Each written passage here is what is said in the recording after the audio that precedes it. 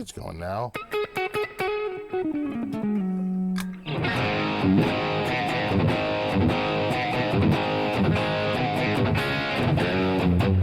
Yeah, I'm getting meters. It's metering. I think I'm there. I'm going to scroll down. Oh, people are saying it's live. Good.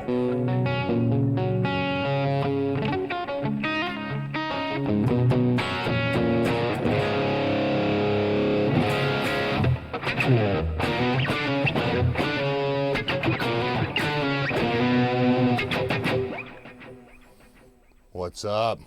Did I ever find booth number 8? Yeah, I did. It was, believe it or not, Ben, you know how floor E is like the basement, right? It's under floor D, right? It's the only one on that level. They had a bunch of booths out in front of that, out in the hallway area. That's where booth 8 was. I was like, God damn, I can't find this booth. Good morning, Jim Beam in the United Kingdom.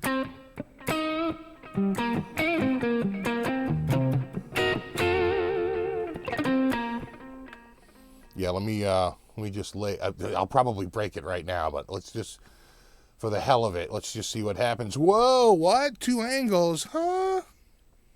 Yeah. Yeah. Yeah, look at that. And I can do double cam.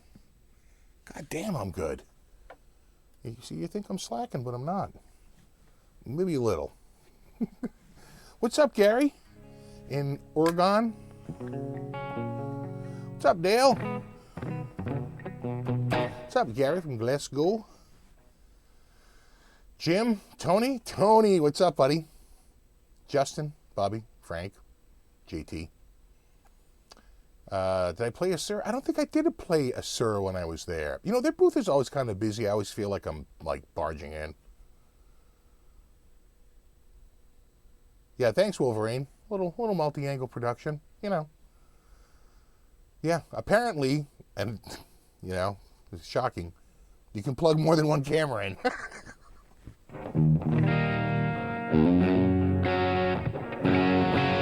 Sound a little loud.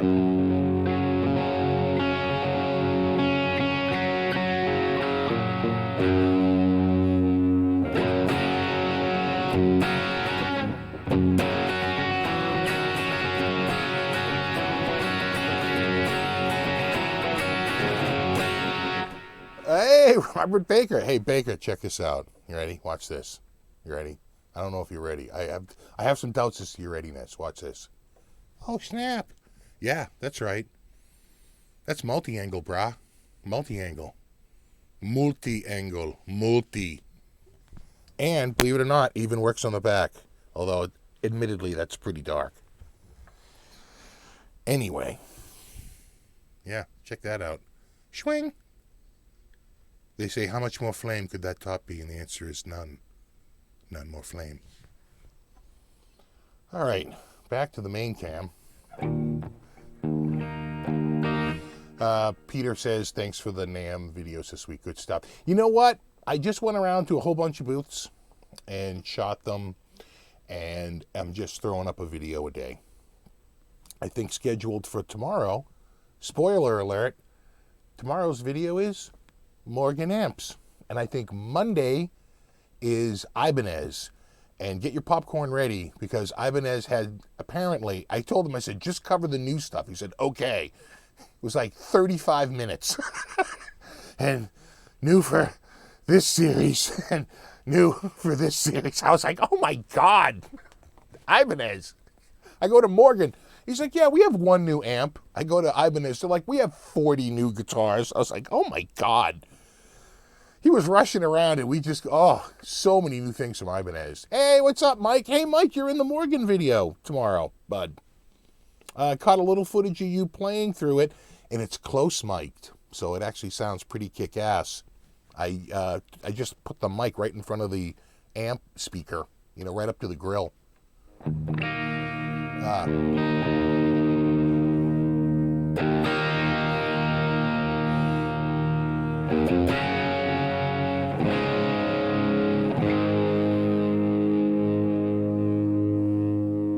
Nice to join you on the live stream, dude.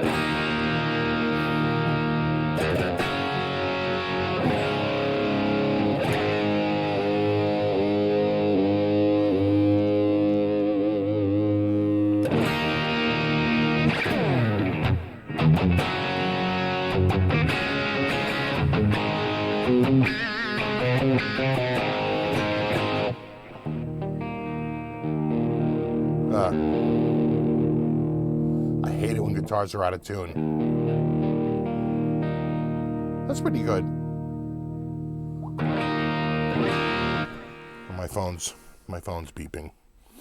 Let me, if I can, turn my sound off. There we go. Just so it's not bleep blurping, because Baker's gonna friggin' text me and go like, live stream text bomb, woo! Hey, what's up, Mike is himself?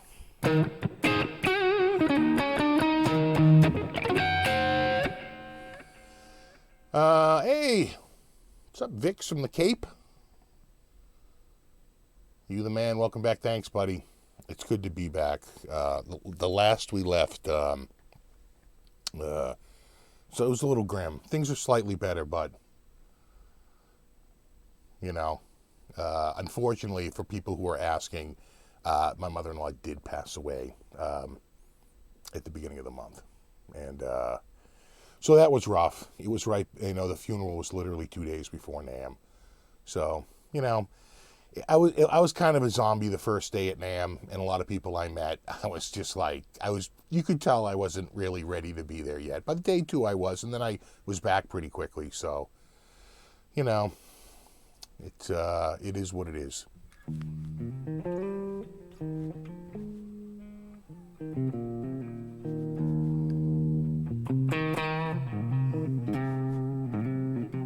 Thanks, Stephen.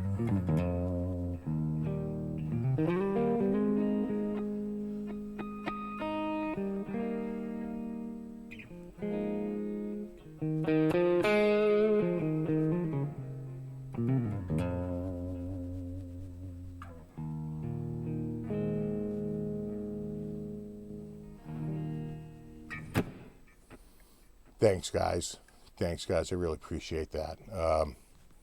See, it's so funny, the power of music. You know, we went to the wake, it was a lot of tears.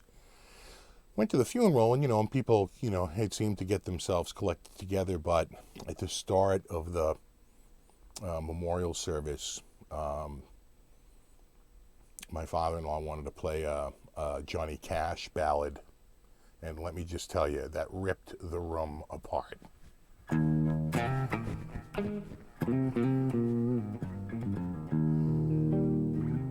Thanks, guys. Anyway, I shouldn't get, because the more I'm going to dwell on it, the more I'm just going to get, like, just caught up in that stuff. And my soundtrack isn't helping me here. Jesus. So anyway, NAMM was good. It was good to see friends. I wouldn't do a 2-day trip again.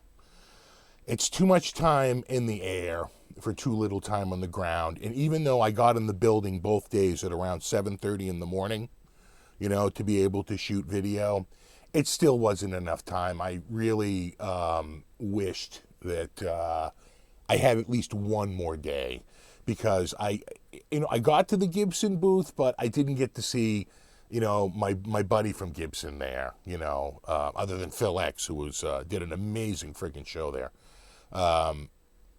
And so, you know, I did see a bunch of people. You know, I'm happy with the amount of content I created in the little time I was there. But Jesus, it's a long plane ride, you know, for so little time on the ground. You know, it's like I wouldn't do that again. So, anyway, thanks, Ryan. That's much appreciated, man. Seems like there were less new pedals this year. You know, I don't know. Maybe. It just feels like there's so many pedals coming out at any one time. It's kind of hard to gauge, right? It's like there's a pedal for every human on the planet at this point.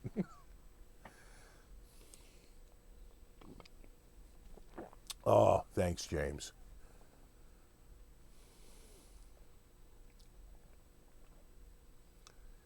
Yeah, thanks, Dale. I really appreciate that. Best new product. That's a good question. Um, I'll tell you the product that I was kind of impressed with, you know, and again, there's so many products I didn't get to see. There was a new, I think, a pedal by who's the people who they like make Pliny, and there's another one that they make. They came out with a hardware version that looked pretty sick. But that little Spark amp, and it was only like $249, and I thought it was pretty cool. It sounded bigger than it looked. It had two little speakers in it, and it was probably as big as like that head, but it's got the speakers in it, and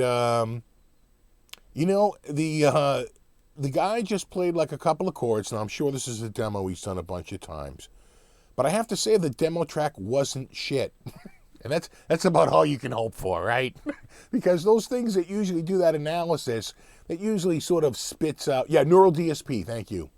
Neural DSP. Yeah, I didn't get a chance to check that out. I really wanted to, I was running around trying to see all my, my peeps, and, I try to go with the people that I know. I don't know the people at Neural DSP.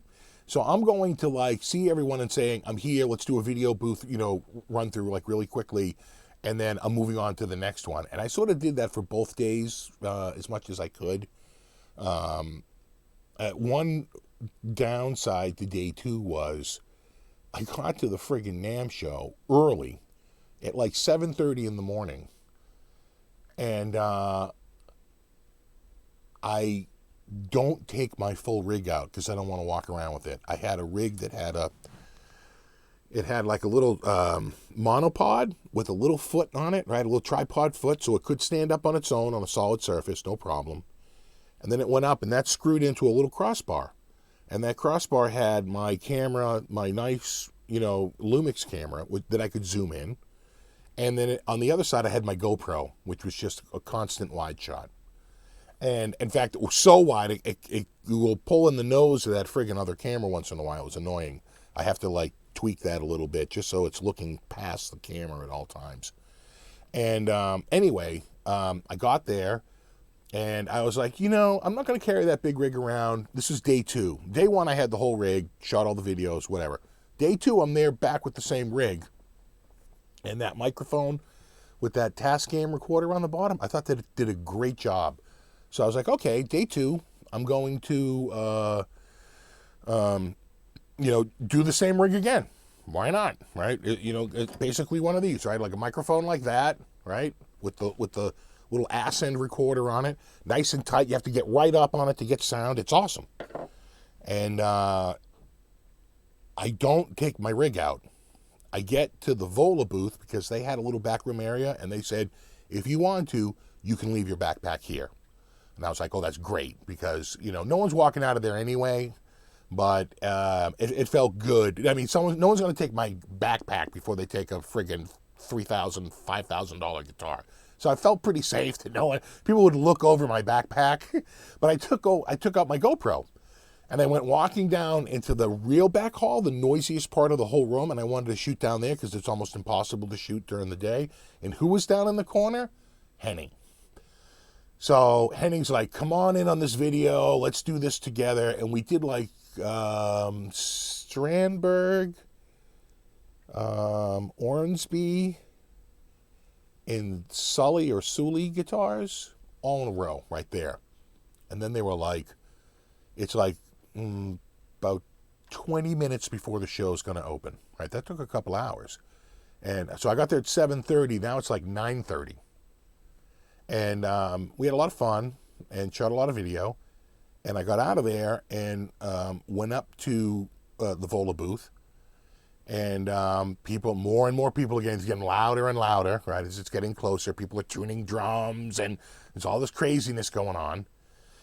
And I start to put my rig together and I realize I don't have the mic. It's not in the bag anywhere. I'm tearing the bag apart. And now it's so crazy out front. it's ballistic with people. There's probably a massive line of people out there who can't get in until 10 a.m. The only reason I'm in is because I have an exhibitor badge, and that gets me in at like 7 a.m. So I was like, oh my God, you can't even go back and get it. You probably left it on the coffee table. And so I improvised, and here's what I did. I did have with me a set of earbuds with the little microphone for my Samsung phone, and they were the Samsung AKG spec ones, right? Not bad. I mean, they're freaking earbuds, but it's all I had, right? And so I had that, and I had my phone. Now, a couple of years ago, I realized that my phone had all kinds of noise cancellation going on because I had recorded a conversation, and I was shocked at how little background noise there was, in it. So I was like, the only way you're going to do this is to improvise and to use your earbud. And that's exactly what I did. So for day 2, I'm still using the same 2 cameras, and one is a shotgun mic, and the other one just has a whole bunch of microphones with noise cancellation in the GoPro 8, and it's got like front-facing audio, but it's nothing like holding that tiny little earbud up to your ear and having that out. It cancels out. It hears all that other noise, and I swear to God, it canceled it out. When I heard the audio back on that, I was stunned. I was like, oh my, now it's not as good as the close mic. I'm not, it's just not. But it is miles beyond the shotgun mic or the GoPro mic. And without that little close held mic, let me tell you, it would have just been total hot garbage for all of day 2 until I went back and got the mic. So it was an improv. It worked. I'm actually thrilled with the way the audio came out. I did at least a half dozen to maybe 10 booths that day. And that really worked out. And then after I did that, I went back to the hotel, and I get in there, and I'm like, all right, you son of a bitch, where are you? The mic isn't there, right? The mic's not on the coffee table.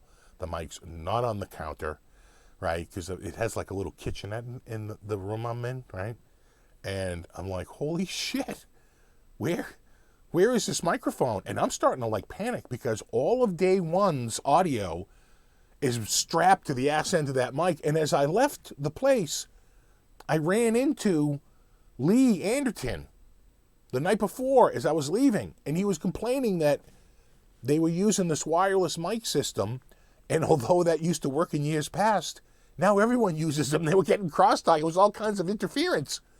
And so I was like, oh, dude, check this out. You just plug it right into the ass end of the mic, and it works great. And he was like, oh, this is awesome. And he was showing it to Peter, Danish Pete. And he's like, hold on, I want to run over to the Tascam booth and see if I can get one. He ran over, and they weren't there. He came back, and it was a little bit, he took a picture of it, and he was reaching out to Tascam, and I was like, whatever. And then I was like, holy shit, did Lee give that back to me? And now day 2 is over. I have a cab out the next morning, right? This is like 7 p.m. at my hotel. I have a cab out the next morning, 7:30.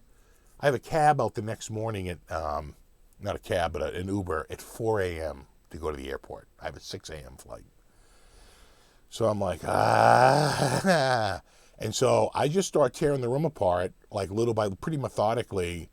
It was under the couch cushion. It had fallen between the 2 cushions. And I was like, thank God I found it. God, if I had left it there, it would have been even worse. I didn't get anthrax, though, thank God. That's the one good thing that came out of that whole, a bit of the first day was, a little bit trying to switch gears from, the memorial services 2 days earlier. And the second day was a complete on panic that I didn't have my microphone, but it was good to see everyone.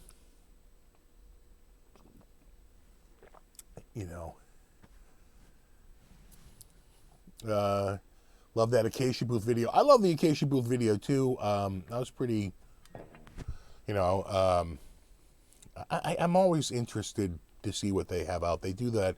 They had the crazy carbon fiber top, and I swear to God, they had a top one time. It looked like it had a mustache, like from the way the the Spalting went, and they had another one that it kind of looked like a caveman on the cover. It was pretty cool.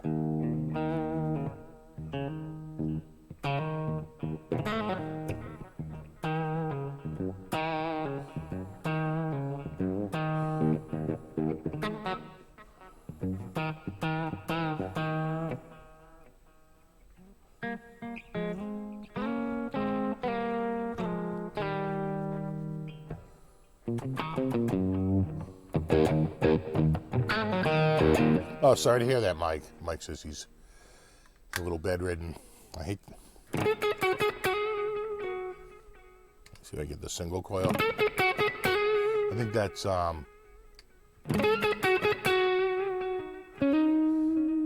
single coil, and that's parallel.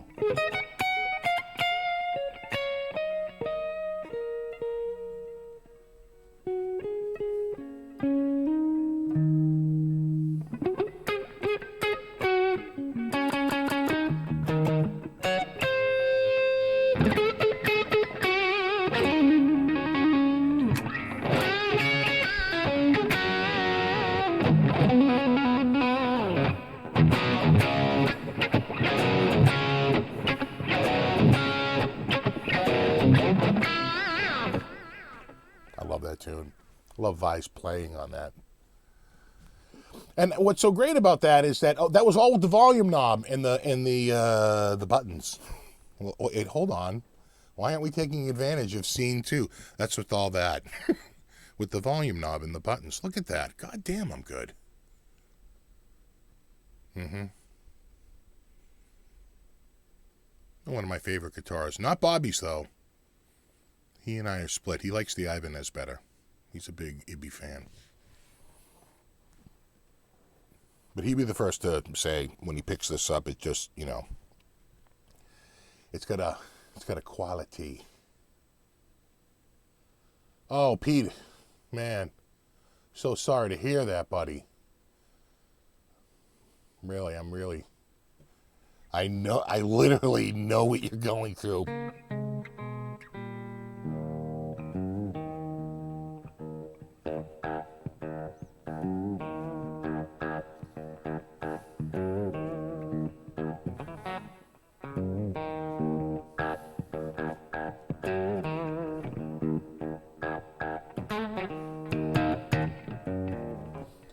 Cheers, guys. Knock me for 6. I think it's a combination of NAMM tracks and the flight. Yeah. Don't underestimate the sitting in a seat for 12 hours. Right? Did you have a layover? Or was yours a direct flight, Mike? Did you have like a layover in New York or Boston or Philadelphia, right? Or Atlanta, right? Make a leg from the West Coast to the East Coast and then another leg to the UK? Or is it just one giant-ass 11-hour flight?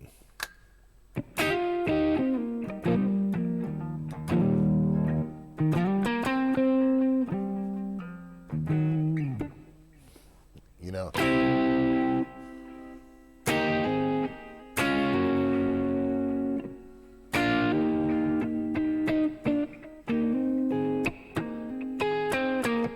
At least that's not too bad. A direct flight, you know. But yeah, I know what you're saying. It's like, why is this? Okay, all right, enough. God, I hate it when like YouTube does like this pop-up and they're all like, you know, did you know that, you know, then you have to click next. They're going to teach you about the page. You know, you can like check out more options here.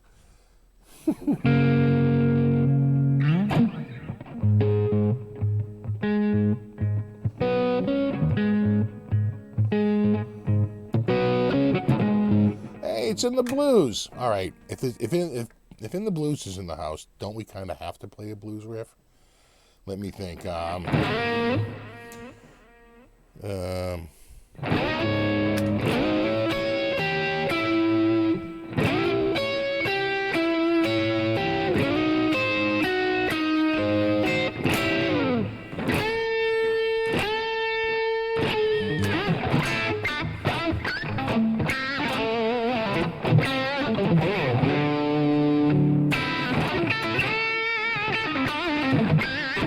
kind of blues metal.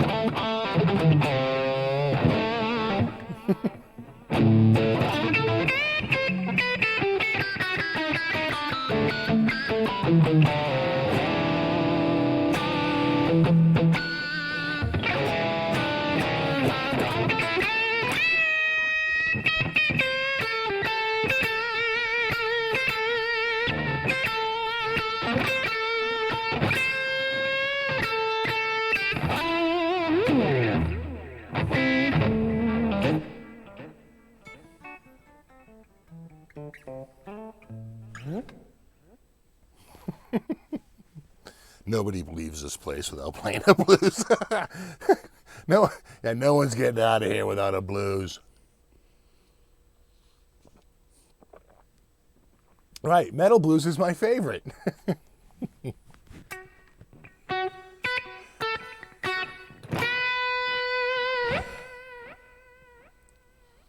Johnny Bean. I saw Johnny Bean at NAMM.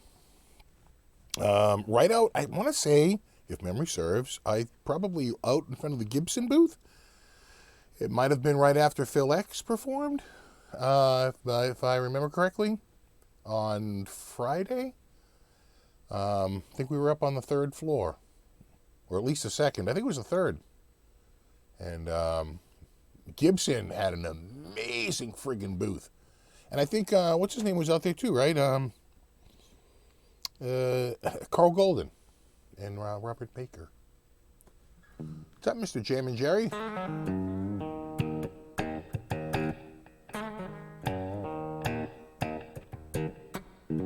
What's up, Music Therapy?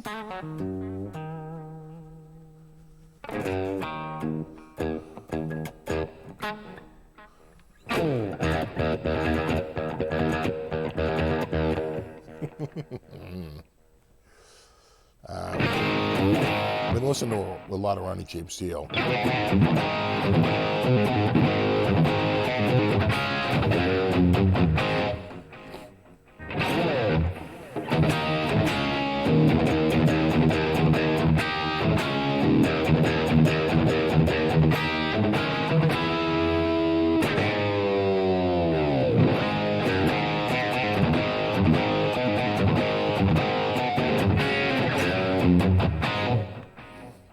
Yeah, someone said they didn't know that Phil X joined Gibson. I didn't know either, but he had teased it, and I texted him instantly and was like, Gibson?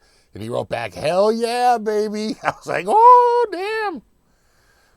But I wasn't gonna wasn't gonna scoop that story, burn a bridge with Phil X. I was like, I can keep that under wraps.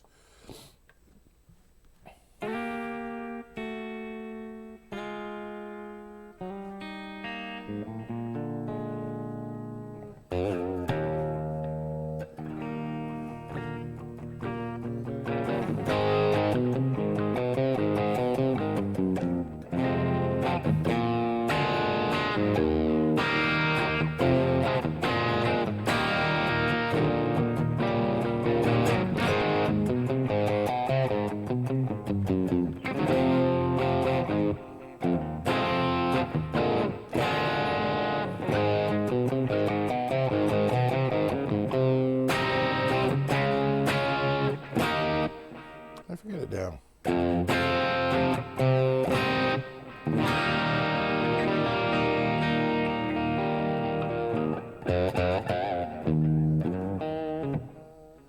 Any closer to a PRS? I think so. I found, I tell you, there's one, the timing is just off on me because I just came back from NAMM. But, yeah, this is going to be the year. As you saw last year, I think I gained, what did I gain? 5 guitars and shed 12? So I'm in the negative for the year. I don't know if I'll do the same this year, but I just had too many guitars around. But there is room for one more. It's funny how that works out.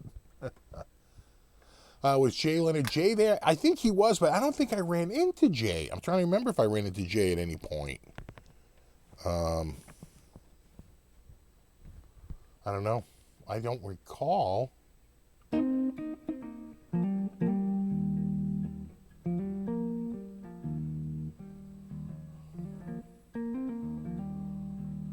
Did you check out the new Boss headphones?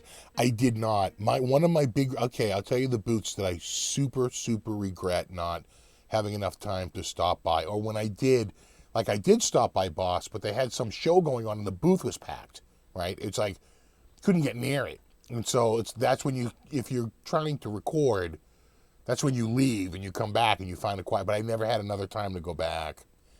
So Boss was a huge regret of mine not stopping by, because I've talked about the GT1000 Pro. God, I love that effects pedal.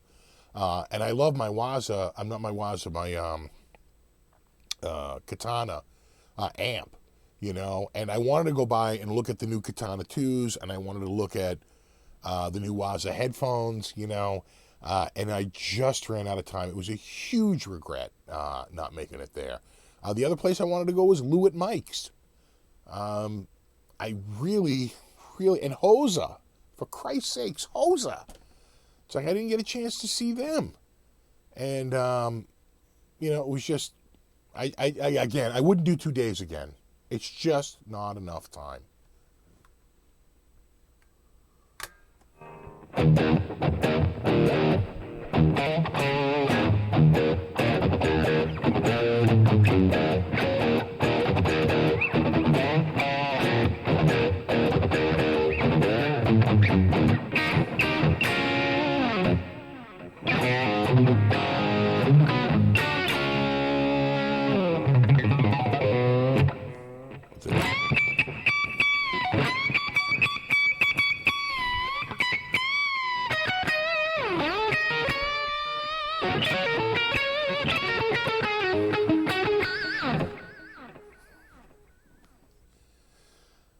You went to Los Angeles. Did anyone tell you not to drink the water or eat the food? I know. Last year I got really friggin' sick, but this year I was okay. We went out to a restaurant one night, and it was great. Tone King was there. Steve Stein was there. I'm trying to think. Dave Wallerman might have been there, I think. Trying to think who else was there. Yeah, I think it was Wallerman. And anyway, it was lots of fun.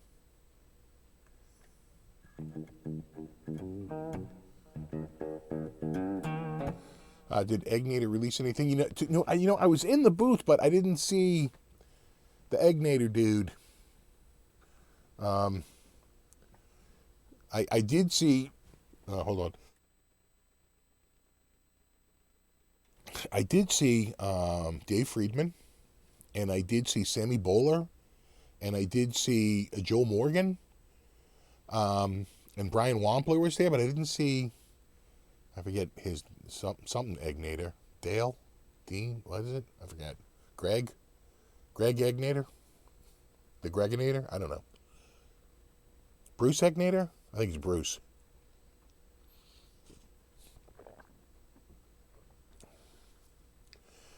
Anything stand out in ESP? Again, another booth I never even made it to. And Peavy, I miss Peavy. 2 days isn't enough.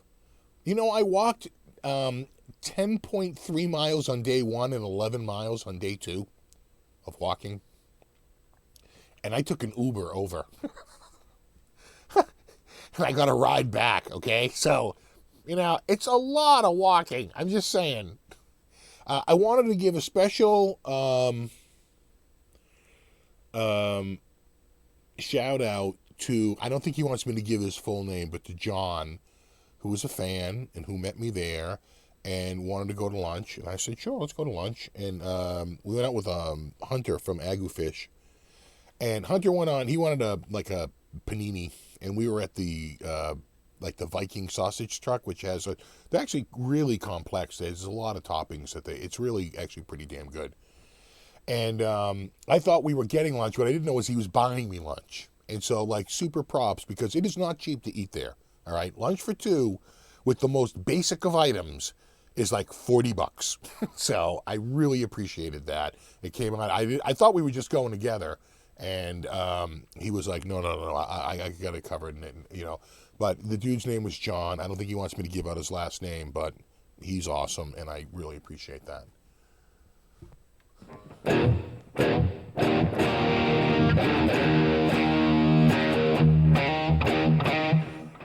Johnny Bean says there was nothing at Peavey, was a ghost town. Really? Will there be a slideshow? Should we do a slideshow? I mean, we probably could.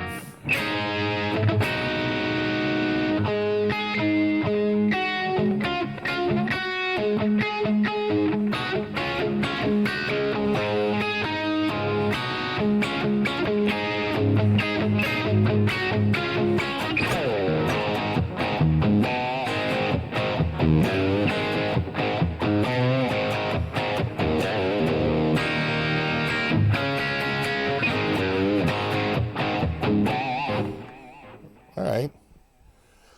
Okay, well, people are saying yes. This is going to take me a second to set up because I had the monitor. That's another thing. Remember that totally shitty week I had where the van died? The monitor for my surveillance system died too. Fucker. And so I had a second monitor up here, which I took. But I think I can do this. I think I got this, okay? Well, let me see.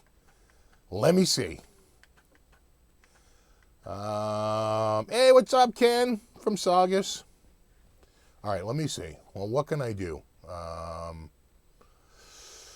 I think I gotta go here. And then I gotta go here. Right. Then I gotta go here. Right. Oh, it takes a steady hand. And then, I don't think you're gonna see me though. You're gonna hear my voice. I hope you're gonna hear my voice. Holy shit, I didn't even test this. All right. Are you hearing the sound of my voice? You know what? I can't even see you. Yeah, it's going to be tricky. It looks like it's going out. You know what? I'm just going to plow right through. And if it doesn't work, oh well. Anyway, this is me taking off, heading out to the NAMM show. You know what? How I can test this? I'll go to my... what stream software are you using? Oh, I'm getting... messages, live, stream, text, palm. But stream software, I love the split screen. OBS, the free one, naturally, because I'm cheap. Hold on. Just going to go here and check here. I think I can check the comments. Okay. All right. Anyway. And, you know, we got there. You know what? I wonder if I can... yeah, I can go right there. And I think I can go to... Can I add a video capture device? Sure. Okay. Oh, no. Hey, can I? No, it won't. Okay, it won't let me. All right. Anyway, I'm going to just plow through because I'm going to screw this up. I got there, I was starving. I wound up going to Habit Burger. I'd never been to Habit Burger before. They were right across the street from the hotel. And they had mentioned it to me when I checked in. They're like, you know, we have a brand new burger place across the street. Fries were seasoned. Everything was okay. I thought the burger was a little bland. Wasn't knocked out by it. They do have a giant toppings bar, which I didn't explore at all. And maybe that's the key to this chain, but... I would give that burger like a 6. Next up, I think we're at probably Close Guitars. That's his graphite neck with the graphite fingerboard. Yeah, you know what?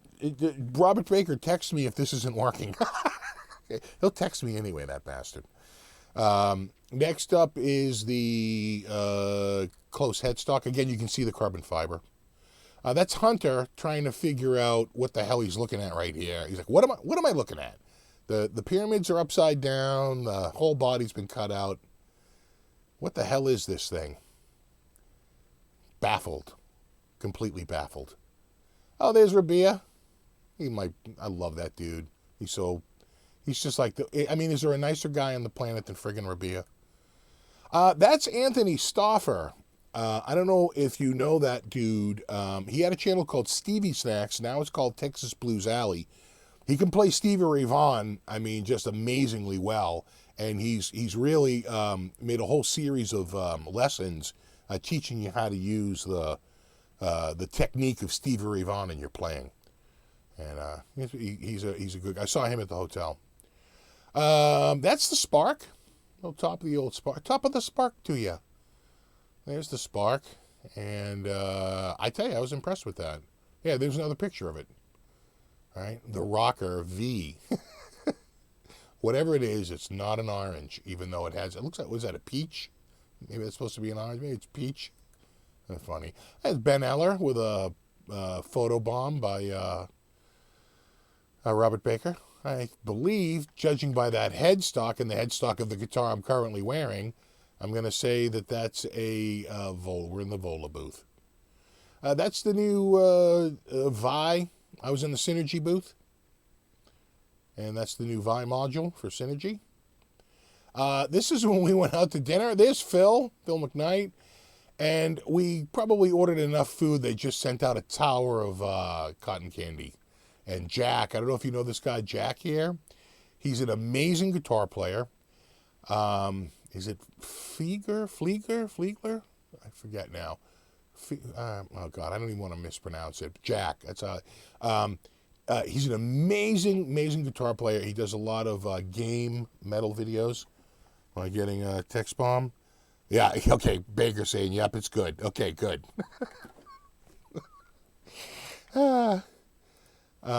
This is a finish. You can see I'm talking with Perry Ormsby of Ormsby Guitars, right, out of Australia. He's just showing me this finish. They actually paint it black, and then they cover it with that, like, blue paint, and while it's still wet, they let it dry just a little bit, and then they cover it with saran wrap to give it sort of like the funny look. Then they let that sit like a minute or two, and then they peel it off and let it dry, and then they clear coat it. Oh, it's pretty cool. There's the back. Again, there's the one of his guitars. It's got this bizarre back to it. You know, it's like a little steampunk, I guess. That's steampunk? Oh, that's Chris Buck. I don't know if you know Chris Buck. I met him at TGU 19. He was there with Yamaha, but he's also with Fender. He just won some poll for like the best blues guitarist, and he's got the feels, guys. He's got the serious feels. He's a really, really amazing player. Probably one of my favorite players to date. You know, of recent. You probably don't know this guy. Of course, it's the wonderful Paul Davids. Amazing guy, just super, super nice. And it's always wonderful to see him. And, of course, we have a photo bomb of this chick eating ice cream. What the hell is that? I don't even know. Oh, yeah, there's Jack in action with his ESP. And I think this guy's got a Kramer. And they're up at the Hughes and Kettner booth. And these guys are looking over because there's some serious metal going on right now. Metal! Pretty awesome. This is the new Blue Cat Destructor. And this is his, like, you can choose your sound by, like, using, like, an XY grid. So it's, like, more gnarly and, like, brighter, right? So you can, like, it's like one corner's like tweed and one corner's like Mesa Boogie. You know, it's kind of interesting. Excuse me. That's the orange, not their booth. This is like one of their inner sanctum rooms. Their booth was enormous. I wish I had a picture of it. It was giant. An outside picture of it. This is like one of their little back rooms where you can go in and they'll give you a demonstration of the products outside of the people. So I went in there with my little, camera, my dual camera rig and my microphone. And, I just tried to get, some decent audio of, I want to say it's this item right here it's the bass. I forget the name of it now. Too many products to remember, but it was basically like a bass effects pedal. And then this down here, believe it or not, is a full-blown amp. Seriously, it's like 20 watts. You can run it like a pedal, But you can also turn the output on and actually run it as a 20-watt solid-state amp. It's like a full-on friggin' amp you can put in your gig bag, and take with you. And it's orange, and it actually sounds pretty good. I was like surprised at how good it sounded. You can plug pedals in it, whatever you want. My God, it's like there's a good chance of it being dwarfed by your delay pedal. But that's your amp. That is the amp. Oh, Mary Spender, and I believe Paul Davids is taking this photo, if I remember correctly. Because I said, oh, could you take a photo? He goes, what the hell am I? And I was like, really good photographer? He's like, okay. Yeah, that's the old Epiphone. Oh, so this is the Gibson booth. You can see how far back it goes. It was twice the size of last year's booth. You know, last year's booth probably ended like right here, right around where the screen is, and this whole extra section was added in, right? Because this is one of those walls that can just be, opened and closed, and it was, open, and my God, it was enormous. Anyone will tell you that Gibson had, I'm going to just say it, the best damn, I mean, look at that. It's like just miles of guitars. And you could sit down, and you could pick up a guitar, and just play and put headphones on and listen to it. I tell you, man, it was a good setup. They had like the best booth, if not the best booth. This is just one side of the booth, right? You can see it just goes on and goes on all the way to the back. There's the screen on the left side. The other one was a screenshot of the right. There it is again. Look at the size of this thing. It's huge. I cannot impart to you just how big that room was. It was impressive. It was extremely well lit. And goddamn if they didn't bring their A game. That's the Slash collection. I'm sorry, I can't see your comments. So just save them all for when I get back on screen. But that's the Slash collection. I got to say that, these are probably fairly expensive guitars. I don't really know what they cost, but, any signature model is usually kind of pricey. That's a pretty nice top on that, though. I think I like, of the three that are on screen right now, I like this middle one. I'm a simple man. This was the opening act. I think I'm there with probably Robert Baker and CS Guitars. And out comes Phil X. That's his new custom Gibson Flying V. I think they gave it to him. And that was all custom made by this artist dude that they have to do the metal work, and the headstock has a big metal plate on it and stuff, and all these little accoutrements. I tell you, man, it sounded amazing. There he is with the drills doing the like a blues tune. That's why he had the 335. And there he is. You see this dude there, right here? That dude was the original dude to sing. He's the guy who sang Stranglehold, the original Stranglehold. The next slide might be a video of them playing it. If it is, it'll just kick in, and I'll try and watch it to the end and then move on to the next slide. Let's see what happens. Just be careful. It could be loud. Okay, I'm prepping you right now. Nope.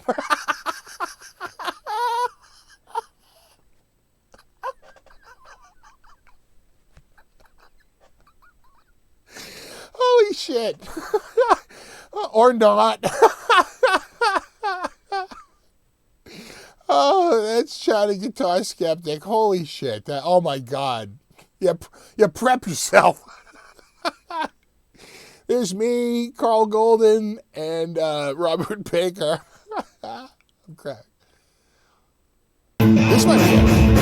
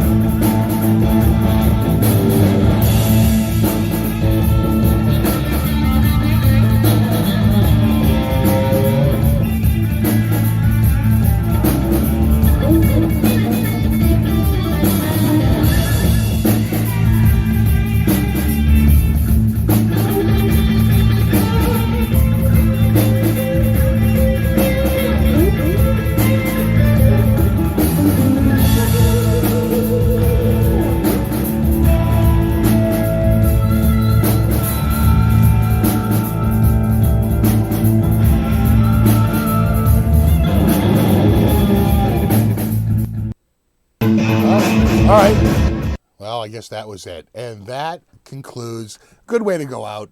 It was just going to repeat. And that's the jet on the way home. And I think we're done. And I think I have to go like this. And then like that. Oh, God. God damn, I'm good. And then I think I have to go back here, though, and hit F11 at F11. And there you go. And that's how I spent my NAMM vacation.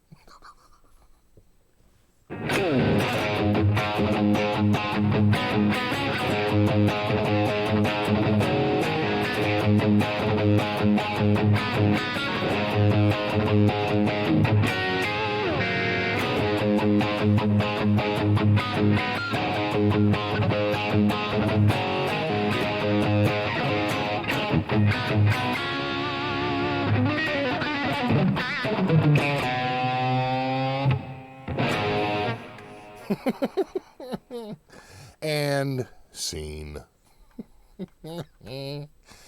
Oh, God. Oh. I had to scroll back to see what happened when I was like, oh, God. What a... I just laughed my ass off. Wait, hold on. Here comes them playing Stranglehold, and it's like China Mike's mug, like, right up. Oh. Is it really 5 to 8 p.m. already? Oh, my God. Oh, my God. Oh, my God.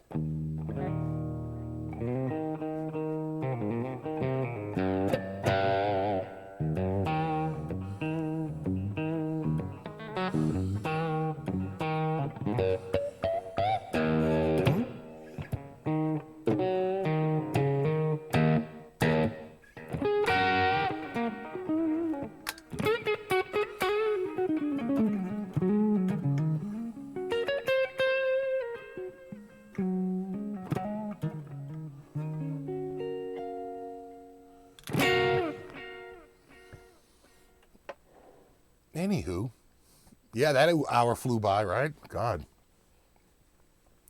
Not for my family stuck upstairs. Actually, I think my daughter and her friend are up in the attic watching a movie.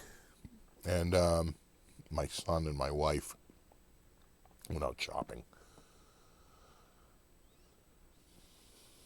The bass butler. Thank you. Thank you, Sassy Cat. Much appreciated. The bass butler. That's exactly what it was. I you know, a lot of cobwebs up there. Got to say the basement is looking nice. Yeah, you know, we're getting there. A little bit.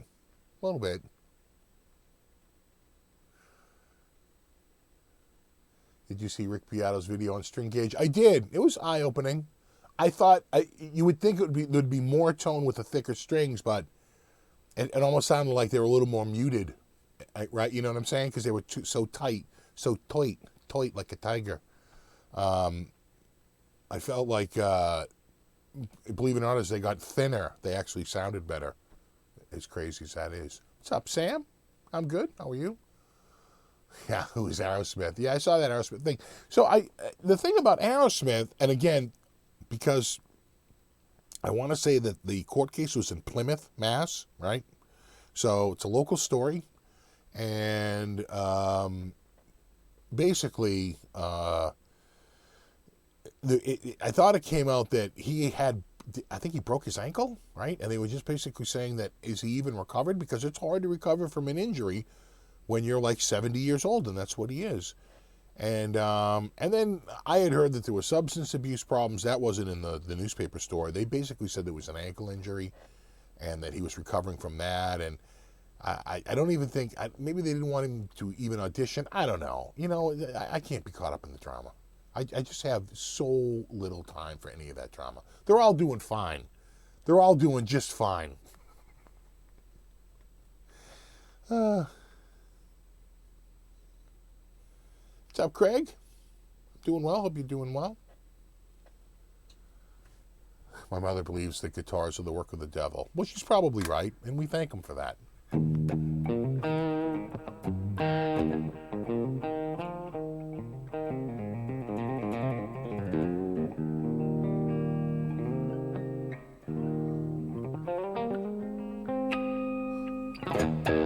What's up, Dwight?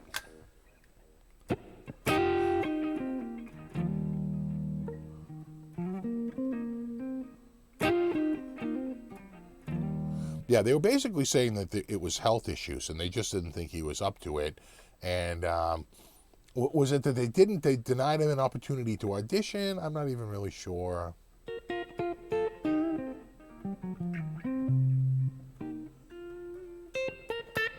What's up, Coots? What's up, Sean?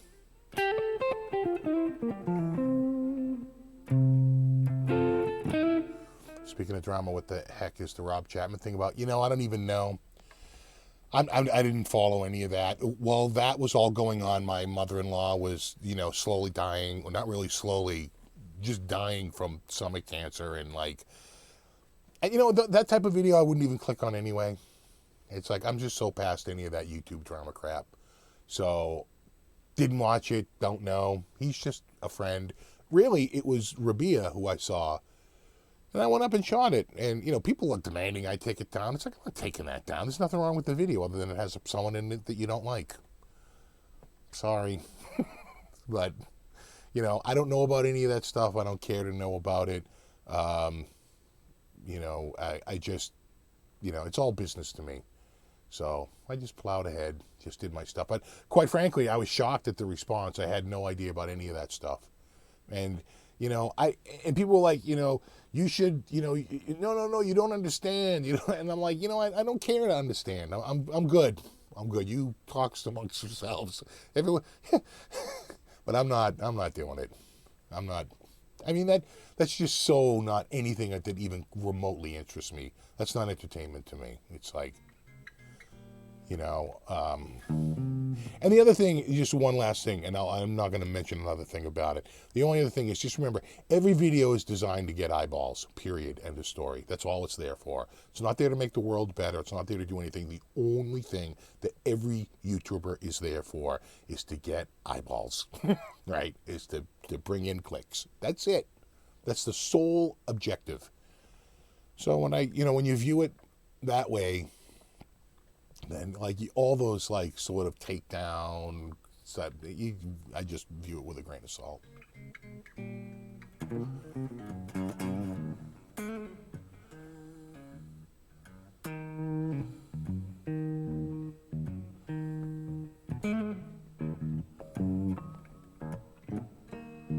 Yeah, Sassy Cat, I kind of felt the same way, kind of like high school drama, and I always quote the line that my kids love because, it's like, no, you don't understand, right? And I have a mug that has Homer on one side and the other side says, just because I don't care, it doesn't mean I don't understand, which is a famous Homer Simpson line.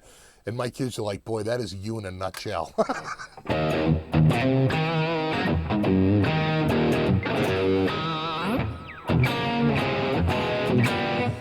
Do you like the new Steve Vai guitar? I kind of did.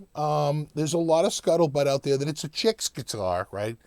It's like it's built for a woman, but strong enough for a man. But I don't know about that. It's very ornate. I'll give it that. It's particularly ornate. So the pickups have this laser etching that I thought looked pretty cool. But the whole thing is ornate from top to bottom. The fretboard's very ornate. Even more than this, even though this has a lot. You know what? I think we have to go back. Hold on. Let's just remind ourselves of the top on this guitar. Okay, that's what we're looking at. Right there. That's ornate enough. Even some people look at that and hate it. They think even that's too much. So that's the only thing about I tell you the guitar that I was most impressed with, though, one of the guitars that really shocked me because I wasn't expecting it was Vola picked up a guy named, I think is it Michael Keane or is that the actor? It's something Keane, Jojo Keane.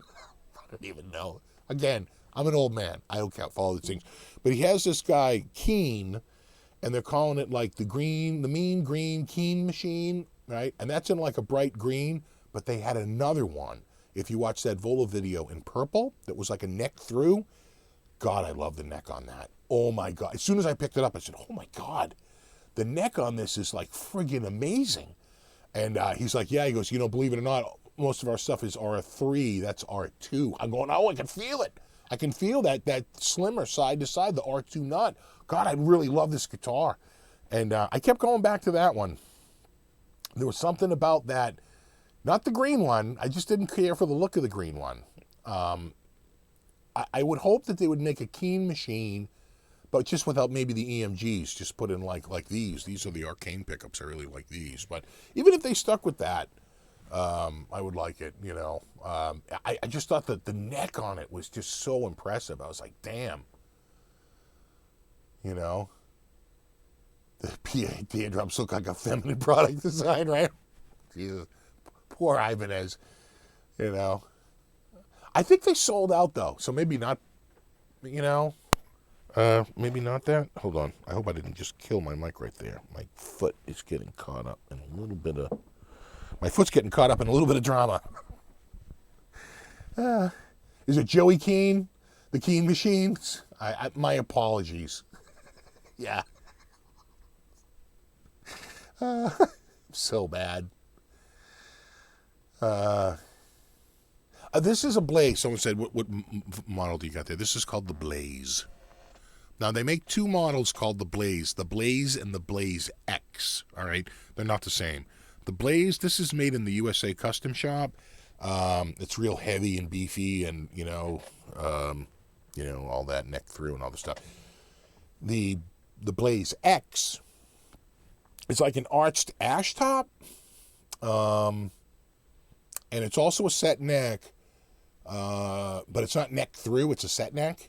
And that's made in Japan by our finely skilled friends over in Japan. So, yeah, I'm pretty sure that those, just getting back to the gems, I'm pretty sure, and if you missed it, that's a close-up of the body. I have that new cam. I can't help myself.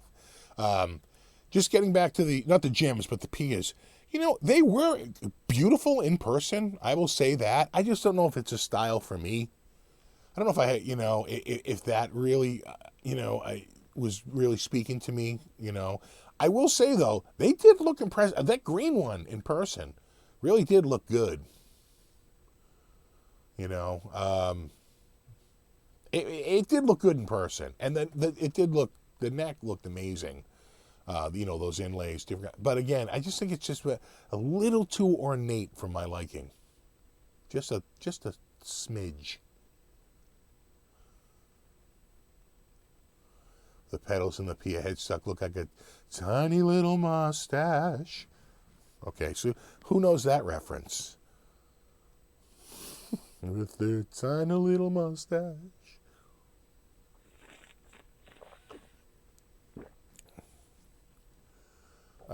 Did you try the new Frankie Relic? I didn't. I went to the Fender booth. I didn't make it to the non-Fender branded booth. So I went to the Fender booth, but then I remembered Fender doesn't put non-Fender branded stuff in the Fender booth. There's actually another booth with Jackson and Charvel and EVH, and it was too crowded. I didn't make it in. Yeah, I just got too late in the day. By the time I got back there, it was just I was out of everything. I was out of the will to carry on. Aram Cram got it. So did Dale Palmer. Catholic girls, do you know how they go in the rectory basement? Well, they're learning to blow. They're learning to blow. And be a cruise slut.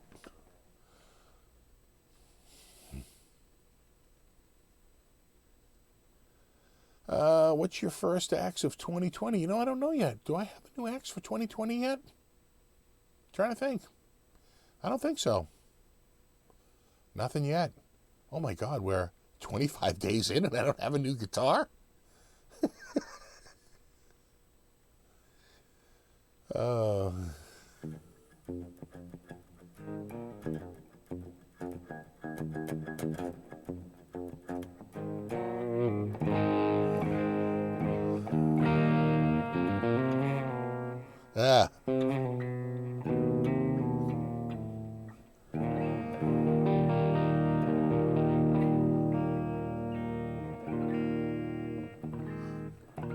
Yeah, this is THU by Overloud.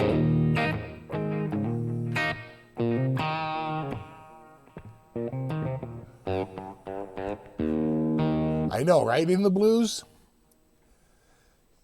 You know, when you go to the NAMM show, you got to check the trash bins because there's so many amps and guitars. You'll just find discarded amps and guitars. We were joking about that. Hold on, let me just go grab a guitar.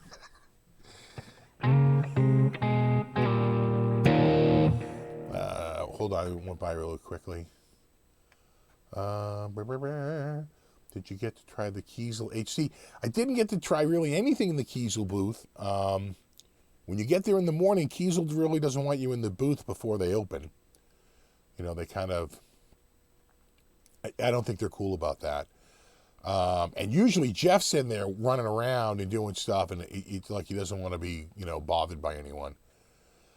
And when it opens up, it just gets so busy in there. It's like a friggin' circus, and they happen to be right by, like, Seymour Duncan, and there's another big booth. I think Orange is right there.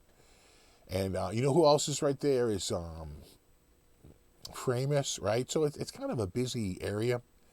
And I didn't make it. Again, 2 days just isn't enough. I wound up going to, like, I think almost 20 booths.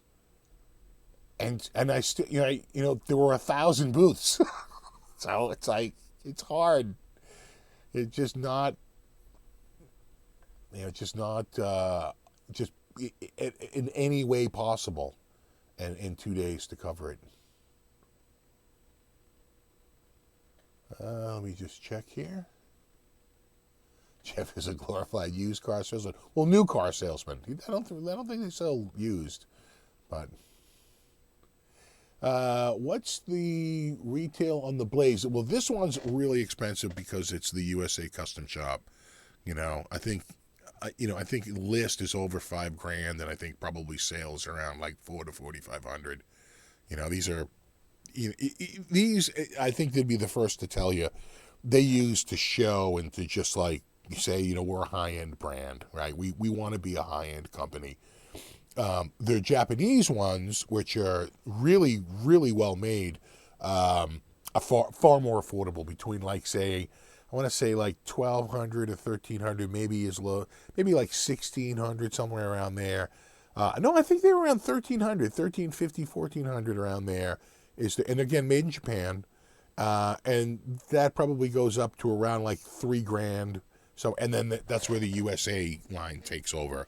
And just goes up from there. But with the flame top and like the flame binding, right? Like every little thing you add more, the extra electronics, you know, all the little things, arcane pickups. Once you start to add all those things in the custom shop, that all just starts to add up. It really does. So.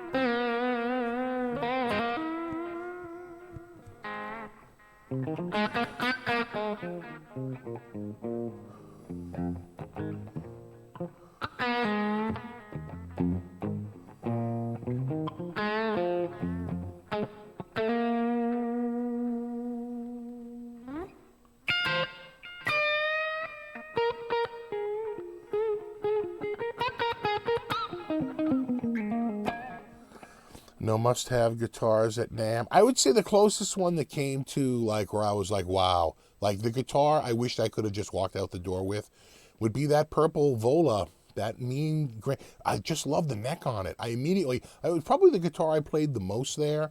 I tell you another guitar I played a lot in the Morgan booth, playing through his amp. He had this little pedal board going, and it sounded freaking awesome. I wish I got. Unfortunately, when I'm playing, I'm not recording any video. There was a Friedman Strat style in there that was just freaking felt so comfy. I don't know what Friedman does. I think they're made by Grover Jackson, but damn, that felt really good. And there was an Acacia guitar I thought looked pretty sick. kind of like a flame top. I want to say it was I don't know how they do the paint on it. It almost looks like wood, but it's not wood. It's just bizarre. I don't know how they do it. Maybe it is wood and they just painted green. I don't really know. But it was their Romulus, which just the name Romulus alone. I mean, if you're a Trek fan. Friedman look nice, but they're expensive. They are. No one wants to compete in the low end because it's really hard to do it. Right? They all want to do like more boutique stuff. Fewer sales, but higher margins.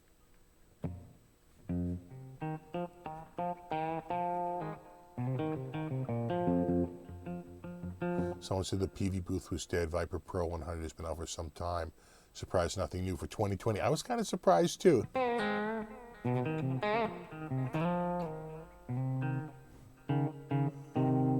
Ben says it's the rolled edges of the fretboards on the Friedmans. Yeah, it felt like they took a little bit of time.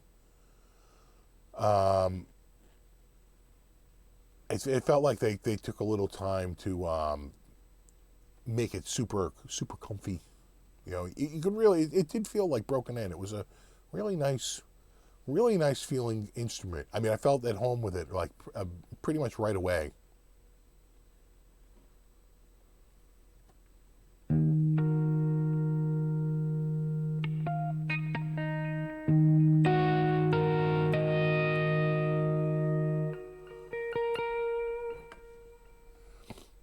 Thoughts on the HP2? I like the HP2. You're talking about the PV, right? The PV HP2. The one they had at Summer NAMM, the top was just so friggin' gorgeous. I just thought that, it's an amazing guitar, but I don't know what's going on with PV. I really don't know. I do know that PV doesn't own Revolver anymore. I can't think of the name of the company, but it's like, well, let me see. It might be in my email somewhere. I got a notice basically saying, right, because I have I'm registered, so they have my email. Audio Media Research, AMR. AMR owns, it's the same people. They just rebrand. They got rid of the PV branding, and they switched to Audio Media Research, and Revolver acquired by Audio Media Research, which I just think, when they say acquired, I literally just think they spun it off. So I don't, you know what I'm saying? Like, you start a new LLC, and then you quote unquote, oh God, where is this stuck? There it is. Okay, all right. I can't kick my foot out. Bothering me. All right. Oh, HM, not HP? Okay. All right. So the HP2, I'm pretty sure is the PV, right? Okay, the HM2, I didn't get a chance to hold in my hand. And so my big question is, what's the width of that neck? Because the original heavy metal Strat had a ridiculously wide neck on it. It was a bit of a plank. And some people love that, right? Big hands, and they like that classical feeling, big, wide, classical neck, right? They love it. I didn't. Never liked that neck. I had a chance to buy the original heavy metal at the Natick Guitar Center. It was up for $399. They dropped it to $299. And at $299, I was really interested in buying it. I could not get over the width of the neck, and I wound up passing on it. Even at $299, though, I probably could have flipped it and made a couple of $100. I just didn't want to go through. It's a lot of hassle for a couple of $100. I just wasn't worth it to me. So I wound up passing on it, and then they announced this new one that just came out, the HM2. And my first question is, what's the width on that nut? What's the width up here at the first fret? Because the original ones were just way too wide for me. I hated it. I really did hate that neck. Way too shallow front to back and way too wide side to side. Didn't like it. Very much like the Johnny Winter Firebird. If you've ever played that, again, it's my least favorite style neck. Very thin front to back, very wide side to side. Hate it. I like it thin side to side and thicker front to back. much better feeling neck to me. So I don't know. I didn't get a chance. I forget if they were behind a rope and we couldn't pick them up. I don't know. I went through real quick. I did check out the Acoustasonic Strat. It's just like the Telly, but a different shape. And you know that booth's always busy too. Like I'm just so not into like that many people at once. And you know what? The time to see Fender is on Sunday, after everyone's already gone through and the place is pretty empty. That's the time to go to those booths. But I wasn't there Sunday, right? I flew back Saturday, so didn't get to check it out.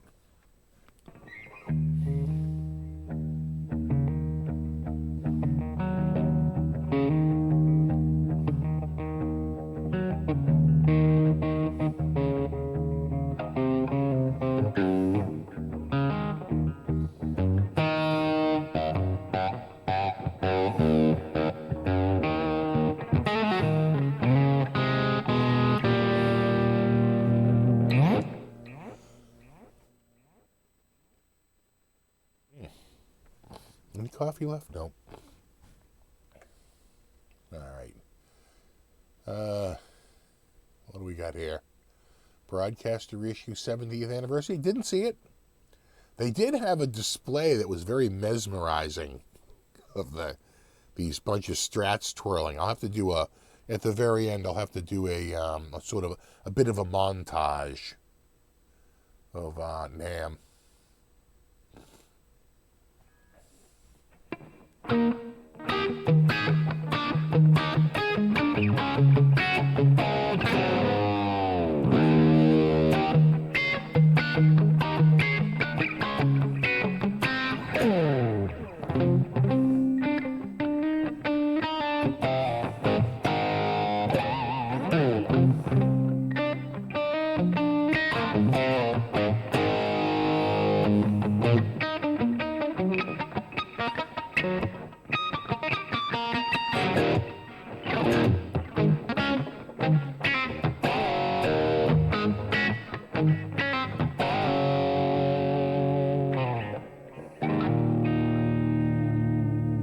Yeah. Was that what the George Harrison Strat display? See you, Coots. Thanks for hanging out, buddy.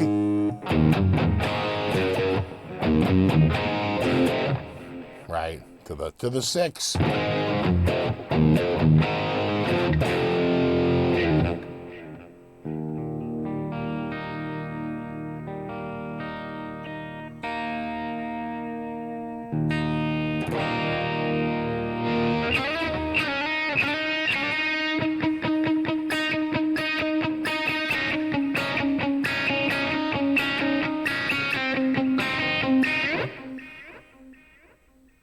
$25,000 for one. That's a bit pricey. I did hit Ibanez. That video I think might come out Monday or Tuesday. It's long.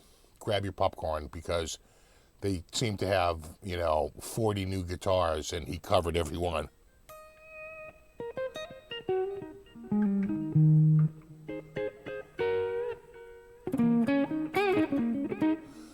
Steve, how come you didn't hop on the Soldano 100 and rip it up? It feels a little weird to push people away and grab the guitar out of their hand. I mean, I've done it, but it always feels a little awkward. So, just let the guy go. What it really needed was just a little bit of ambience because I got the mic right against the speaker, getting that audio, and it's just so damn dry. It's like my least favorite kind of sound. I'll bet if I ran that audio, I'll bet if I pulled it in and just ran it through THU and turned off all the amps and cabs and just ran it through a little bit of a room and a little bit of delay, it would sound friggin' amazing. Hold on, one is going by a little fast. Thinking of trying a Bugera PS1 Power Soak on my Fender Basement Ratio amp, which is insanely loud in my little basement. Thoughts? I've never tried the Bugera. Power soaks are kind of a thing. I would want to know whether it's a reactive load box or if it's an attenuator. They work differently, right? They really do. A reactive load box is almost like a freaking automatic volume knob that, like, when you play real hard, it just, knocks it way down. It reacts, right? It reacts. An attenuator is almost just more like a valve. It's like it's always running at full blast, but it just squeezes that out down, and I feel like they run kind of hot. I don't know. I'd feel better about the whole thing about attenuators is they never really sound quite that good. Captor by 2 Notes is a pretty good reactive load box for like 300 or 400, like 350, something like that. And they just came out with the Captor X, which just has a whole bunch of cabs mixed in. You can probably plug headphones into it. I think it even has reverbs and stuff in it, in room ambience. So I would go, especially on a nice amp like that Fender Bassman, I'd try to go reactive load box. It will sound a lot better than a straight up attenuator. What's up, Metalhead? Love the PS1. It's an attenuator, yeah. I've never tried it. Maybe they got the tech down, but attenuators versus reactive load boxes, I think reactive load boxes do sound better, but they're a lot more expensive.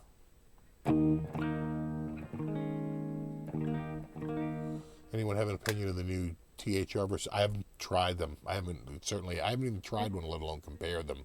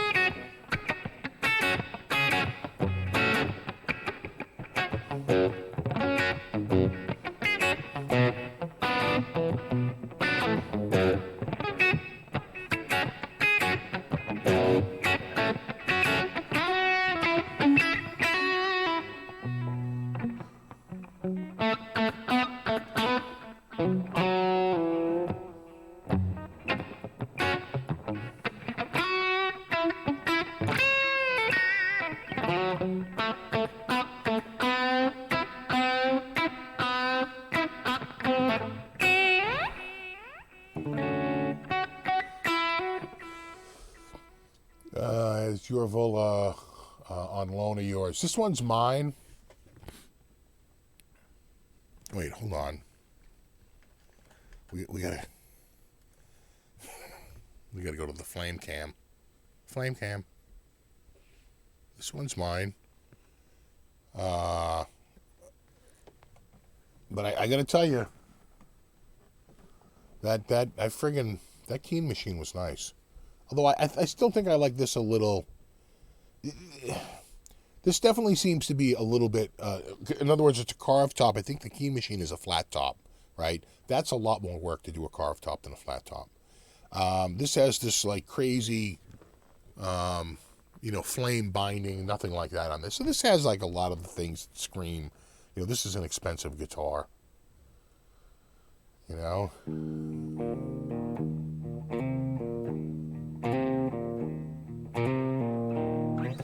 Pickups good. Yeah, these are Arcane pickups. I forget which ones. Arcane something somethings.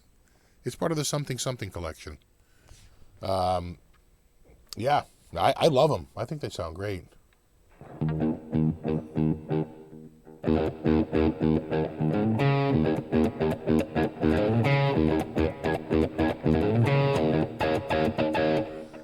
Did they give you that Vola? Well, I got it at a discount. I'm not gonna lie. I got like artist pricing, which it's a substantial discount. Anything new with picks at NAMM? I'm trying to think. Anything new with picks?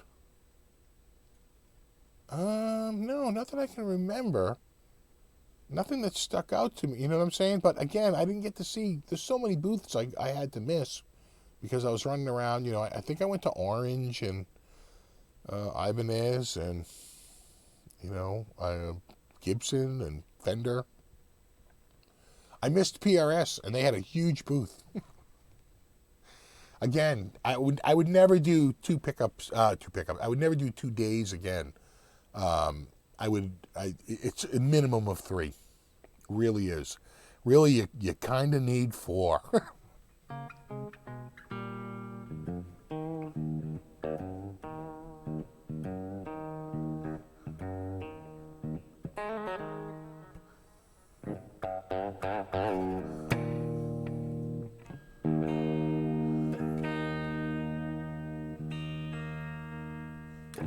I've been using Dawman forever, though.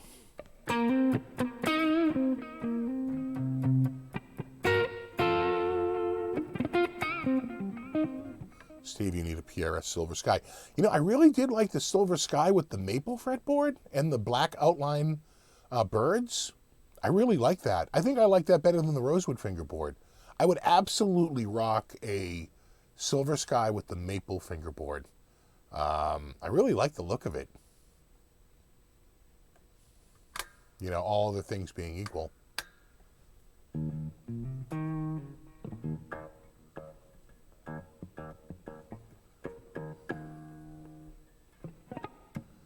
Yeah, Tom, yeah, we basically pay what, like, dealers pay.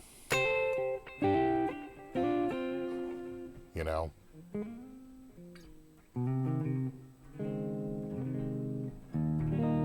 It feels out of tune, doesn't it?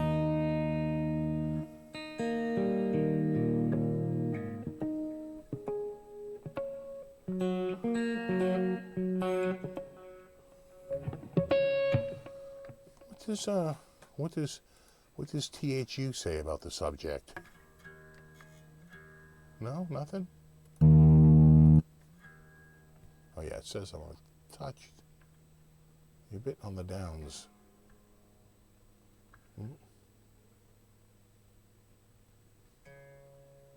That's on, that's down.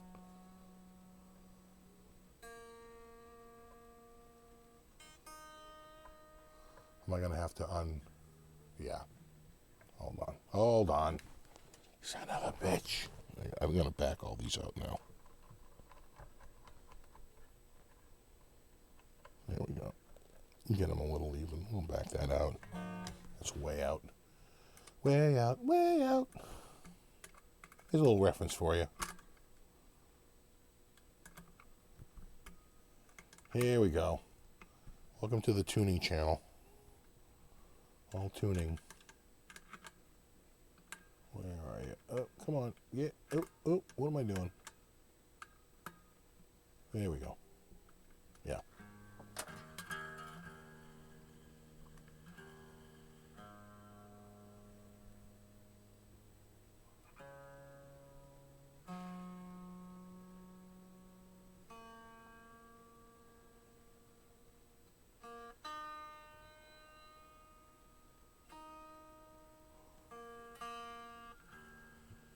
Yeah. Problem with the Floyd is that if you're really flat and you start to bring it up, your bridge is going to pop up a little bit, and you got to go through this little step over and over again.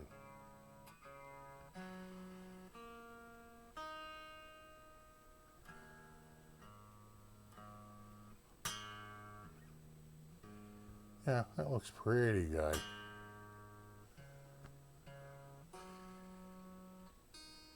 Okay. Okie dokie.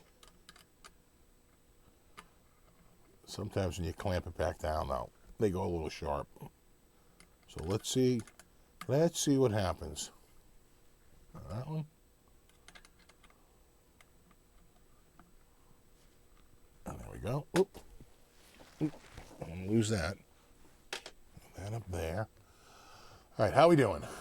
Oh yeah, we're up there a little bit.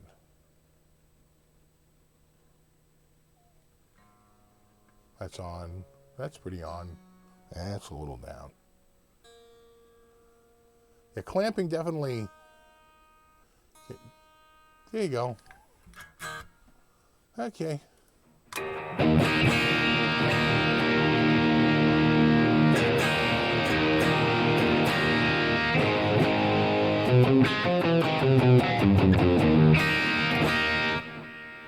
That's close.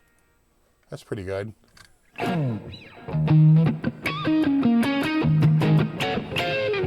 What's the benefit of a Floyd Rose? This.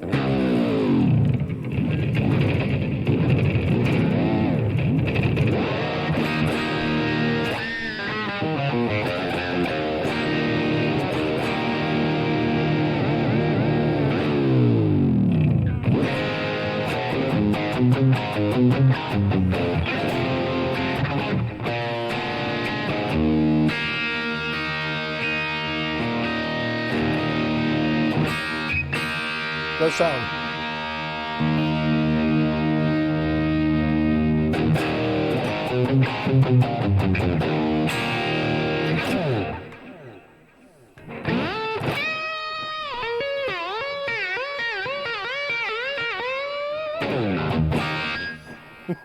For that.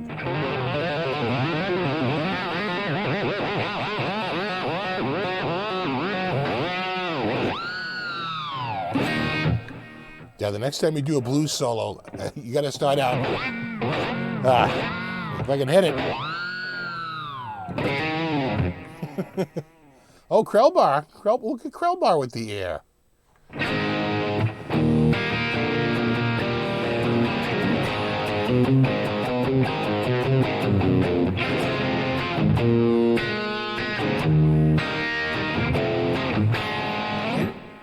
When I think back to all that I learned in high school,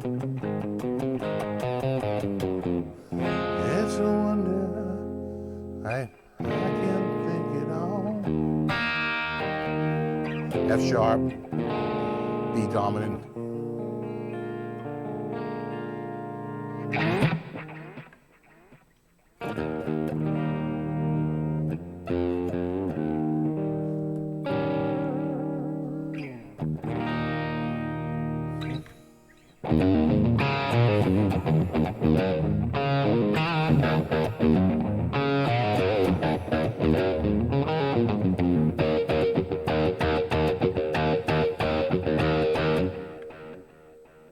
It might pull a groin. I hate when that happens.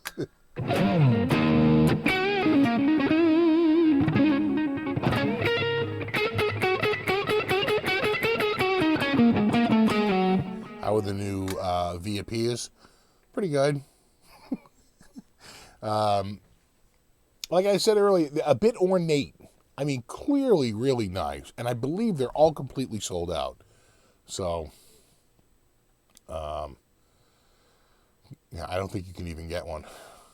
They're already like pre-sold. It's a limited edition. I'll try again. Crazy Train? I mean, I guess we could, but I don't think, you think that tunes, you think that the right tone for Crazy Train? I almost think we need like a, you know, like a, I mean, I guess we could.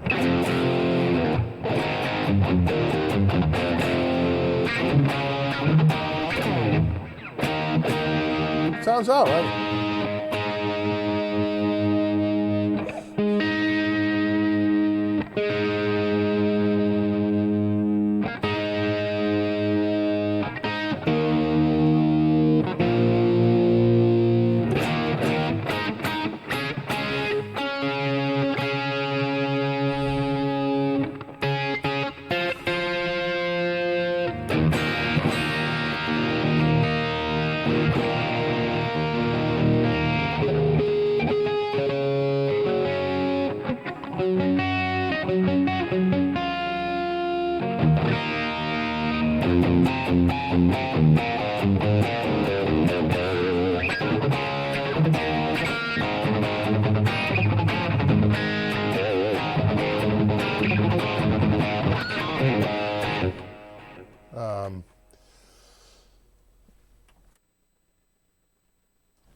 Although sometimes when I change it and I listen back, I regret changing it because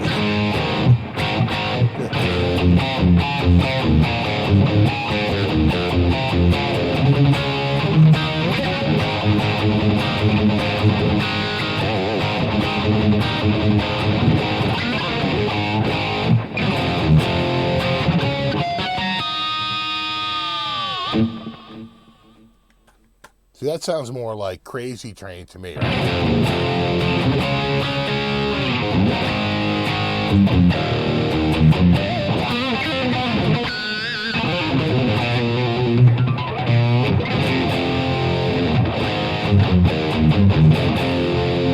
No, the claw doesn't need to be adjusted. That's flat. Yeah, that's fine. The problem is I haven't played the guitar in a while. and the strings go out of tune, and then when you try and tune it up, you only have so much range in the fine tuners. And I was out of range on the high E, and then it's like...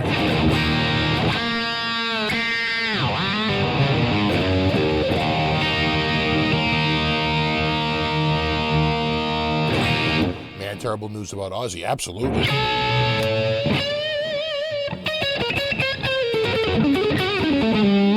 Eljon, dude, I was so bummed I didn't see you. I was just telling everybody how awesome the Gibson booth was. I was totally bummed that I didn't get to see you there. I mean, I was there, you were there, we were both there, but you know how that goes.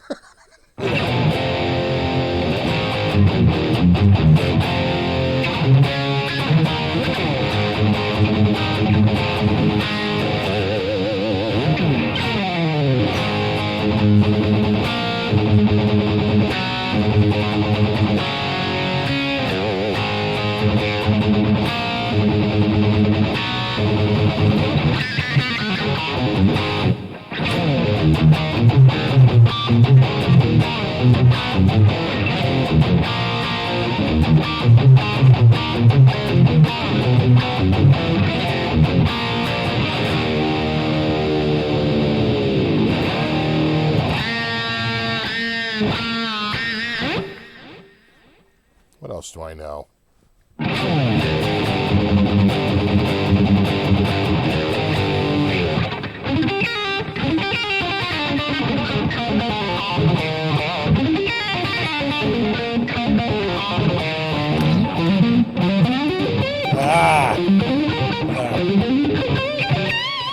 That's a hard one. Do you want me to do third finger or second finger? I think second.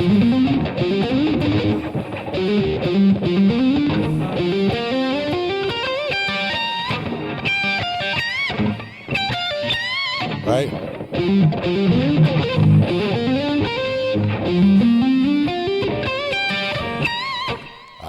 I gotta practice it.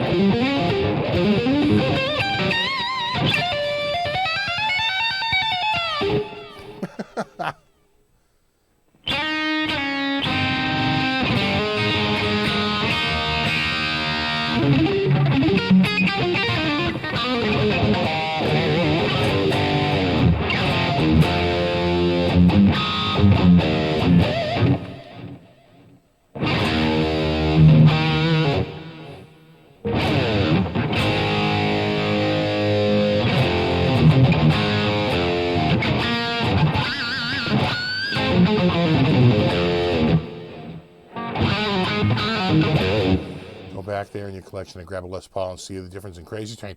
You know, I'll bet it would be brighter, just because I think those pickups, you know, and the Les Paul, are they burst buckers? I think they're custom 57s. Look, I don't even know. It's the Premium Plus. They're a touch on the bright side, which I like because they cut through, right? They have this like bite to them that I really love. So if I had to guess versus the Arcanes, I think they're a little bassier.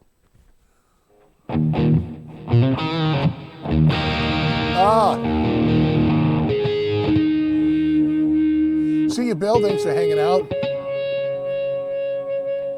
Someone just said hello. Hello.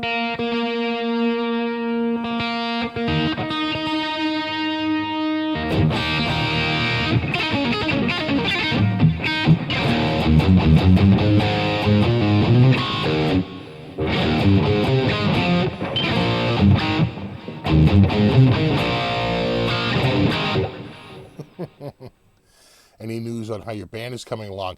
That's actually come up recently. The drummer for the band is a very busy working, what I would call a GB band, right? A general business band. A lot of corporate gigs, a lot of Christmas and weddings and stuff like that.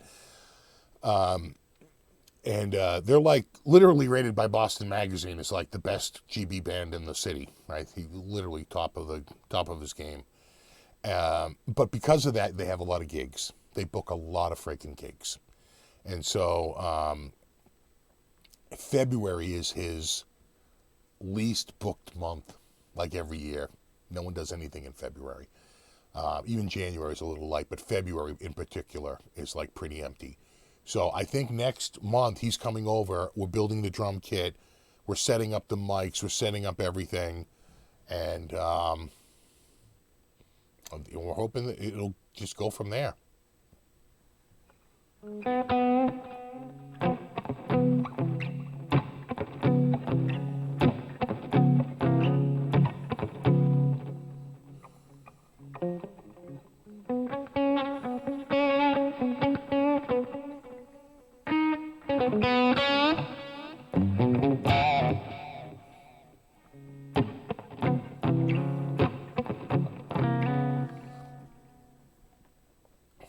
I tell you,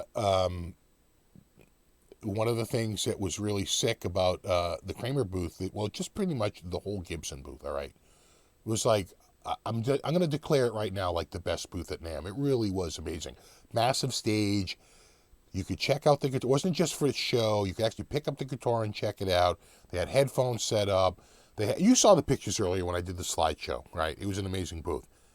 What I didn't expect was that they were going to pull out, was it Gary Klein, right? Right? Eric Klein? Who was it? The guy who did the Klein. The last name was Klein. But he did all those amazing airbrushed finishes. In fact, you could buy one right now for probably a couple of grand, off of Reverb. So I have one of those original, 86 Kramer graphics out there. And they're rare. And when I got there, they actually had like a new set for like 2020. I was like, oh, damn, the graphics are back. It was just, that was a thing back then. That was a huge thing. So it was killer to see that. And of course, they unveiled the new Epiphone headstock, which was friggin' awesome. And a whole new line of, guitars that support that headstock. So, yeah. Yeah, I like the SM1 too. I'm a fan. Klein, Dennis Klein. Right, Dennis Klein, thank you. Something Klein. Who's Gary Klein? Klein Bicycles, right? That's Gary Klein, the guy who invented Klein, Klein. That's who I was thinking of, Gary Klein. I have a Klein bike. A Klein attitude, of course.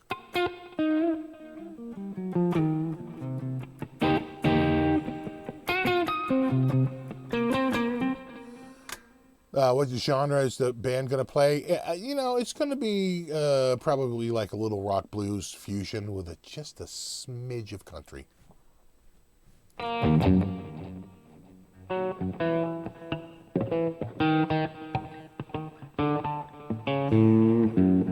Remember the Klein Farrington? Remember it? I own one.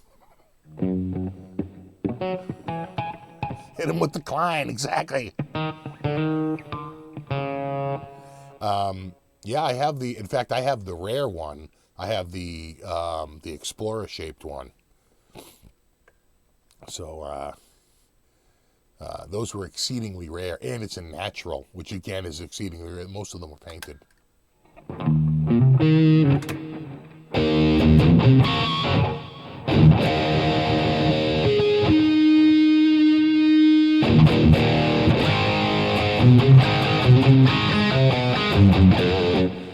Guitar lesson books worth it nowadays with the internet? I think so. The only good thing about that is that the internet can be a little scattered, right? It's a combination of overwhelming and no real discernible path. The one thing about the book is that the guy at some point has to write a table of contents, and that has a wonderful way of focusing the mind, right? It's like, what are these chapters again? What am I covering in each of this? And in that sense, I think it's a bit more organized, right? But there are some guys like Justin Sanderco who really, really organized guy. Joe says Epi stole the show. I thought so. Oh, I'm a total old school Kramer fan. I've got an '83 Kramer Pacer Imperial, just like I had back in frigging 1984. No, way old. I love.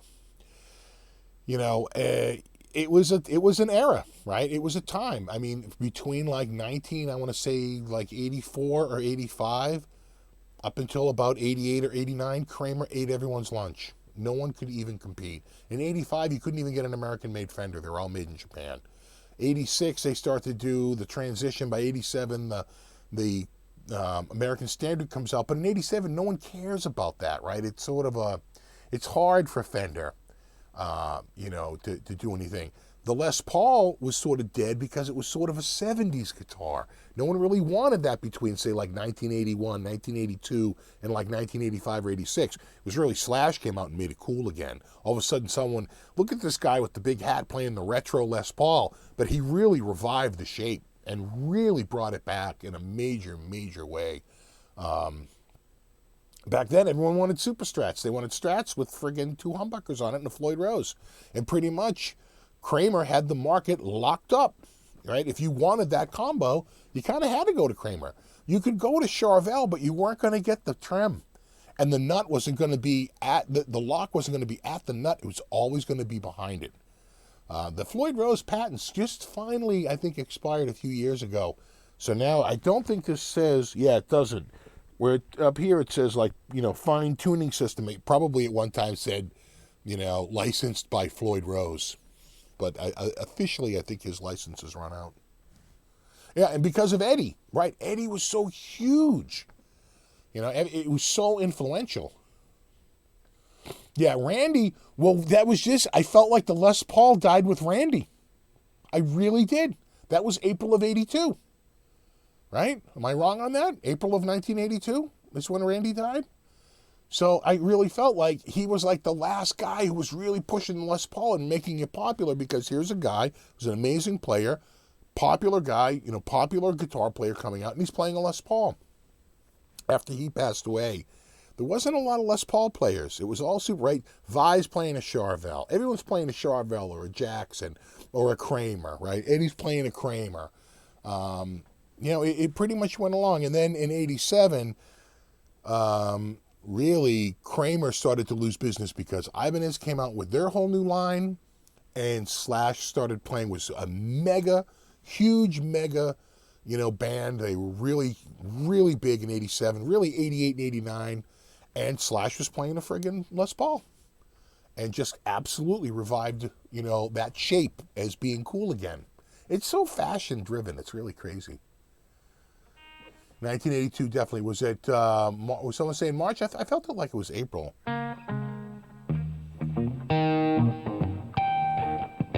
March 19th, 1982, yeah.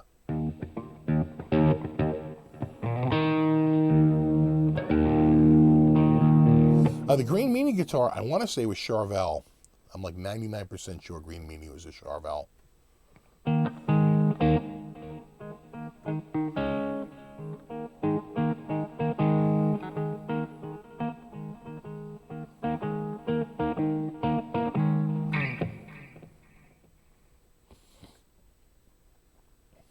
Yeah, and Jimmy Page. Yeah, Page was one of the few. But again, Zeppelin goes under in 79, right? With the passing of John Bonham, right? And then you got the SG, which is still like riding high with Angus Young, right? That's still going on. That's still a thing. But the Les Paul, I don't remember a ton of players in the 80s. It was really the double cuts, not the single cuts back then. Everyone was Super Strat or like the double cut SG, something like that. What's up, Blank Palette 2? Good to see you. Late 80s were good to BC Rich, especially BC Rich. I want to say peaked around like 1989, 1990, 1991. I want to say they just started a massive import line and became much more affordable. I think when they were all U.S. made, they were much harder to sell. You could have purchased in 1982 a Fender Strat for around $550, a Gibson Les Paul Standard for around $650, and a Gibson Les Paul Custom for around $750. All right, a BC Rich Rich Bitch was like $1,400. Like double the money, almost double the money of a friggin' Les Paul Custom. Right? So BC Rich was definitely not a cheap guitar to own. Right? Just like Steinberger was when it first came out. very expensive when they're small little boutique makers. It wasn't really until they were pretty much, the brand was sold to like an importer. Who bought it? Probably Hondo or someone, right? Like World of Music, right? MC, who was Hondo?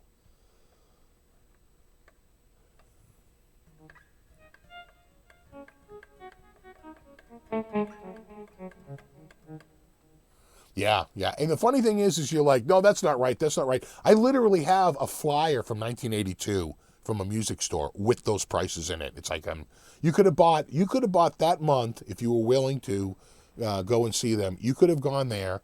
You could have flown to New Jersey and bought a 1959 Gibson Les Paul with all the die intact, gorgeous, beautiful flame maple top for about $7,500, and they would refund as a part of it. They would pick you up by limo at the airport, and as a part of the purchase, for your $7,500, they would deduct the cost of your round trip flight.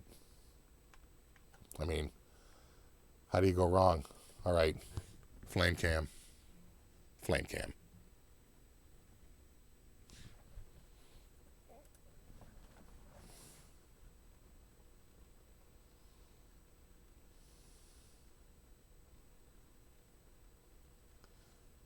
Angryfish.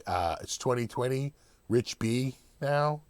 Get woke. Hashtag get woke.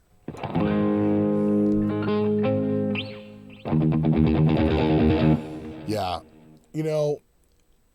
And when they do revive the Rich B, I think they should revive it with Wasp and their hit song Animal, Fuck Like a Beast. You think that'll be on the list? That is like literally the name of the song.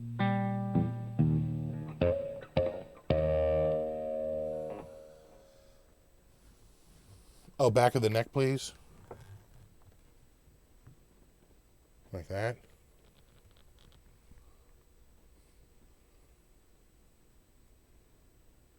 Like that. Oh my God, it's 8:57. Jesus, went fast. Wasp, right? I met the Wasp guy at my first NAMM show. He was walking by, and I was like, "Oh my God, dude!" He was nice. I'm gonna going back to my other tone.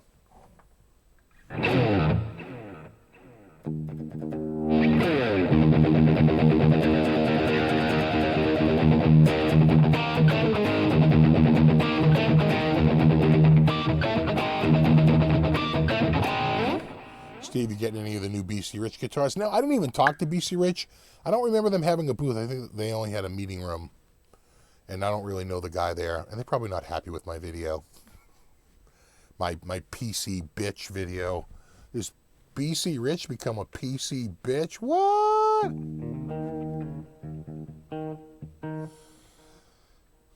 I just thought it was weird. No, you rock, Mark. Is it 8:58 already? Oh my God. No, it's 2:57 a.m. in Germany. I appreciate you staying up, man.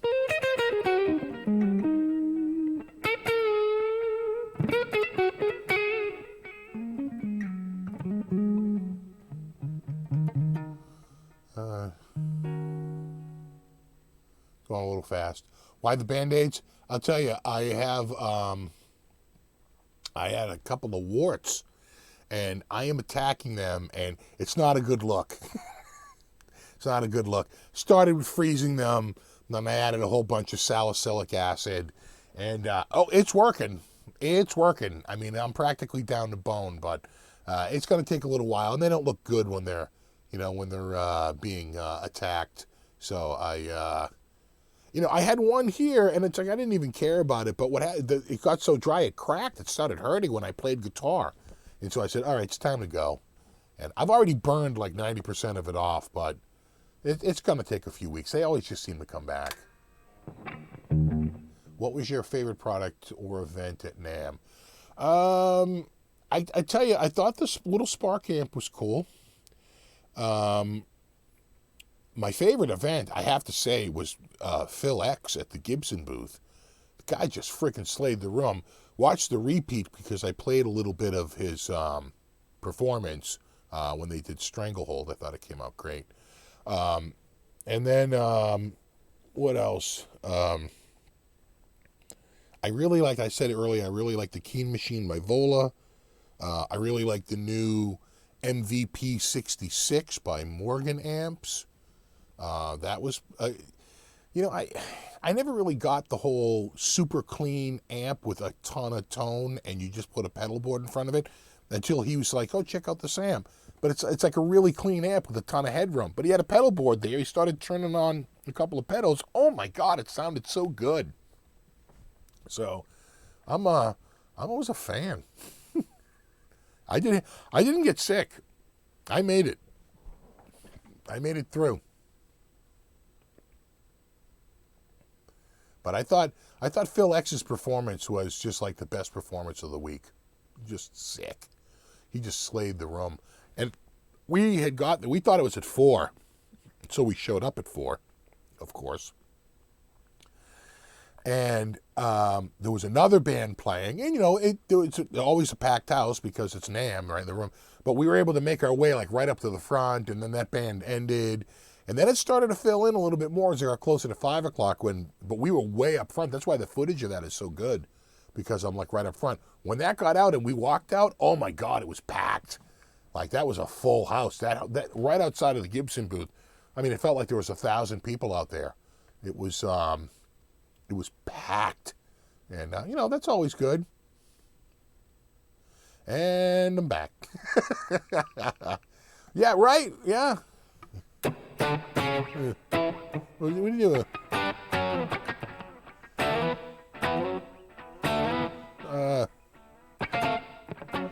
It's octaves, right?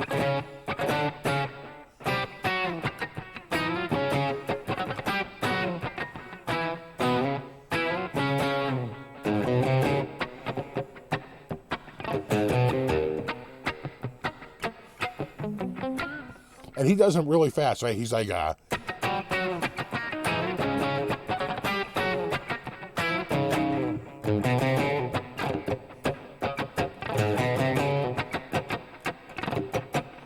just had a salad at Wrapup Baker. Nice. Well, it's 9:02. I probably have to unlock everyone who's like trapped upstairs because they don't want to walk down. Oh, and there's a car in the driveway. I swear to God, they're out there probably watching me. Right, my son's probably watching me on the phone, going, "He's still going." I swear to God, they're in the driveway. So we'll wrap it up, and we will call it a night. Thanks to everyone for hanging out. I really appreciate it. It's good to see everyone again. And I didn't get sick, so I'll be having another live show soon enough. Check out my videos coming up all week. And thanks again. You're awesome. It was fantastic hanging out. It went. You know how I know it was good? It went really, really fast. I can't believe it's already over. So, all right, guys. You know, I'm scrolling up. I'm scrolling up. All right, and we're gonna say, here we go. We're going to go to here. All right, dudes. No, you rock. Thanks so much for hanging out. Rock on.